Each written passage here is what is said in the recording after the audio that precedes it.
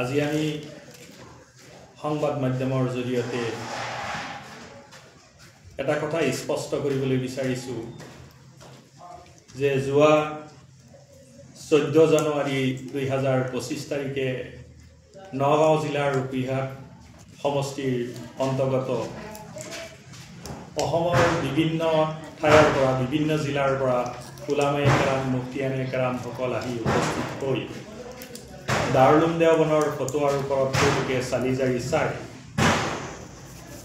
এক কথাত উপনীত হৈছে যে মৌলানা সাদ সাহেবৰ তত্ত্বাৱধানত তথা নেতৃত্বাধীন তবলিগী জমাতৰ কাম কৰাটো উলামায়ে কেৰাম মুফতিয়ানে কেৰাম সকলে ফটোৱা জাৰি কৰিছে প্ৰকাশ পাইছে। সেই ফটোৱাটো আজি আমি উলামা ঐক্য মঞ্চ অসমৰ তৰফৰ পৰা 100% 100% ফটোৱাটো আমি সমৰ্থন জনাইছোঁ। সেয়েহে আমি অসমৰ মুছলমান ভাইসকলক দিনী ভাইসকলক জনাওঁ যে আপোনালোকে এই ফটোৱাৰ ওপৰত ভিত্তি কৰি আপোনালোকে নিজৰ ধৰ্মৰ কাম তবলিগৰ কাম বিভিন্ন কাম কাজ কৰি যাব, তাৰ পৰিৱৰ্তে আপোনালোকে সোৱাব পাব। আৰু যদি মুফতিয়ান কেৰামসকলে এই কথা উল্লেখ কৰিছে যে মৌলানা সাদ সাহেবে কোৰআন হাদিস আৰু ইজমায়ে সাহাবা আৰু কিয়াছৰ পৰিৱৰ্তে গৈ তেওঁ নিজৰ মন ঘৰা অৰ্থাৎ তফসিৰবিৰ ৰায় ইস্তিহাদাত এইবিলাকৰ মাজত তেওঁ গলতি কৰিছে। সেয়েহে উলামায়ে আৰু মুফতিয়ানি কেৰামসকলে তেওঁ সহি ৰাস্তাৰ পৰা আঁতৰি গৈছে অৰ্থাৎ গুমৰাহীৰ ফালে তেওঁ আগবাঢ়ি গৈছে, তেওঁক সতৰ্কবাণী জনাইছে। আৰু তেওঁৰ পৰা আঁতৰি থাকি তেওঁৰ নেতৃত্বাধীনৰ পৰা আঁতৰি থাকি আজি আমাৰ সমাজৰ কাম তবলিগৰ কামবোৰ কৰি যাবলৈ গোটেই অসমবাসী উলামাসকলক মুছলমান ভাইসকলক কাম কৰিবলৈ আহ্বান জনাইছে। আমিও আজি উলামা ঐক্য মঞ্চৰ তৰফৰ পৰা গোটেই অসমৰ মুছলমান ৰাইজসকলক আহ্বান জনাওঁ, অনুৰোধ জনাইছোঁ যে আপোনালোকে এই ফটোৱাৰ ওপৰত ভিত্তি কৰি আপোনালোকে অসমৰ মাজত তবলিগ কাম কৰি যাব বুলি মই আশা ৰাখিলোঁ। আৰু এটা কথা স্পষ্ট কৰিব বিচাৰিছোঁ যে গোটেই অসমৰ উলামাসকল প্ৰায় 1-1.5 লাখ উলামা হ'ব, মুফতিয়ান কেৰাম হ'ব। ইয়াত সম্ভৱেই নহয় যে এক ঠাইত একত্ৰিত হৈ গোটেই উলামাসকলে আজি এই ফটোৱাৰ মাজত স্বাক্ষৰ কৰিব।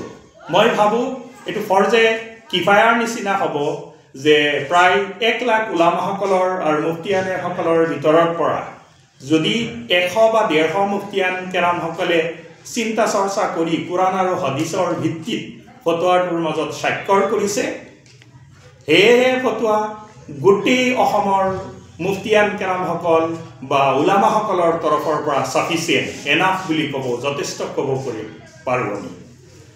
আৰু এটা কথা ক'ব বিচাৰিছোঁ যে ইয়াৰ মাজত এই ফটোৱাৰ মাজত যদি কিবা ব্যতিক্ৰম দেখা যায় বা কোৰআন হাদিছৰ ভিত্তিৰ ওপৰত আঁতৰি গৈছে বা কোৰআন হাদিছৰ মাজত কিবা ব্যাঘাত জন্ম দিছে, তেনেহ'লে তেওঁলোকে মুফতিয়ান কেৰাম বা উলামাসকলে তেওঁলোকে নিজৰ নিজৰ পেইডত ফটোৱা লিখি আৰু দলিলবোৰ প্ৰমাণ সহকাৰে দি প্ৰকাশ কৰিবৰ কাৰণে আহ্বান জনাইছে।